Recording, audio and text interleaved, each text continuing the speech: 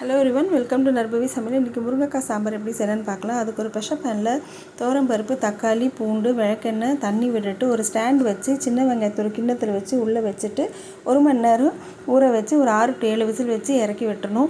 ஒரு கடாயில் முருங்கைக்காயை கட் பண்ணி கொஞ்சம் தண்ணி விட்டு நல்லா வேக வச்சு எடுத்து வச்சுக்கணும்.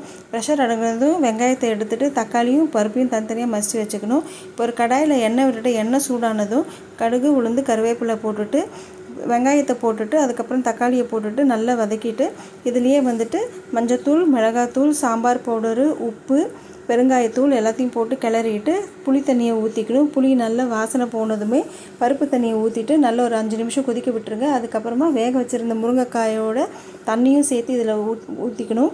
ஊற்றிட்டு நல்லா கொதிக்கட்டும். கொஞ்சம் கெட்டியானதுமே நம்ம கருவேப்பிலை, கொத்தமல்லி தூவி இறக்கிக்கலாம். 1 ஸ்பூன் நெய் ஊற்றிக்கிட்டு அட்டகாசமான முருங்கைக்காய் சாம்பார் ரெடி.